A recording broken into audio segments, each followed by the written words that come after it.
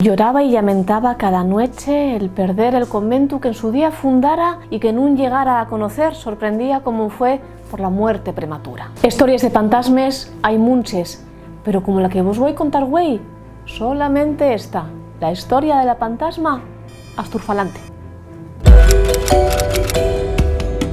Cuerren los años 60 del siglo XX. Una cigarrera xubilá cuenta lesos anécdotes de mocedad a un periódico local y, bueno, pues todas las cosas que ella viviera en aquel inmenso edificio que güey, cierra por uno de los llaos, la conocía como la Plaza del Llavadero. Ronda, dice la cigarrera, al año 1900, cuando ya era vezu de las cigarreres más vielles mandar a les más novates a vigilar un pasillo cerca de los almacenes de la fábrica en el que supuestamente había una fantasma, pero una fantasma muy peculiar. Una fantasma, dice la cigarrera, calamitosa, que llora y que se lamenta, vestida de prieto de los pies a la cabeza y con una particularidad, que fala en asturiano, pero no en cualquier asturiano. No dende llueu en el que se falaba en Xixón en 1900, sino un que parecía ser de bastantes años atrás. Una forma de falar que razona la cigarrera bastante bien tiene que ser de todo esto es anterior al Xixón de 1836, porque en aquel año, 1836, llegara la desamortización de Mendizábal y el convento que en antes tuviera aquella fábrica como función principal desapareció. Y era el convento de les Agustines Recoletes, un convento centenario en Xixón que en 1836 va a desamortizarse y va a pasar en 1842 a ser Fábrica Nacional de Tabaco. Evidentemente, si la fantasma era como parecía ser una monxa, tenía que ser, por fuerza, una mujer anterior a 1836. Hasta ahí todo bien. Dende yo una monxa asturiana, una monxa que dice que se lamenta en asturiano y que vaga por los pasillos de una fábrica, de un convento, en el so caso, que no parece conocer muy bien. Y esto sí que era raro, porque realmente la estructura, desde que el convento era tabacalera, no cambiara tanto. Si llegue de alguna historia de fantasmas puede tener la que de lógica, ¿tiene esta alguna? Pues sí. Más allá de si estas historias de fantasmes que contaban les cigarreres vielles a les moces en 1900 yeren inventadas o no, de algún llau, evidentemente, las cigarreras tuvieron que sacar la base para esta historia.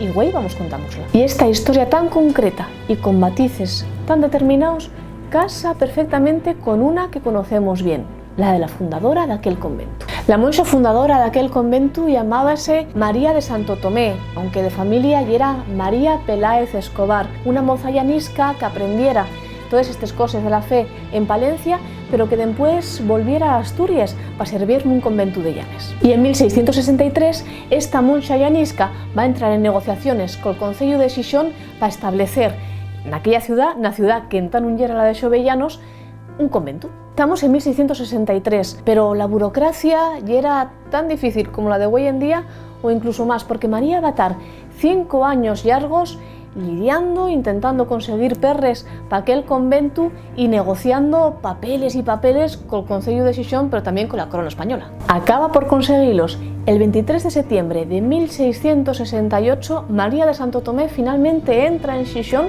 llega a Xixón con esos monjes dispuestos a establecer allí un convento y empezar pues por el primer paso, que era buscar una localización para establecerse. Estamos a 23 de septiembre, les monjes en tan no saben dónde van a poner aquel convento y el 26 de septiembre, tan solo 3 días después, María muere.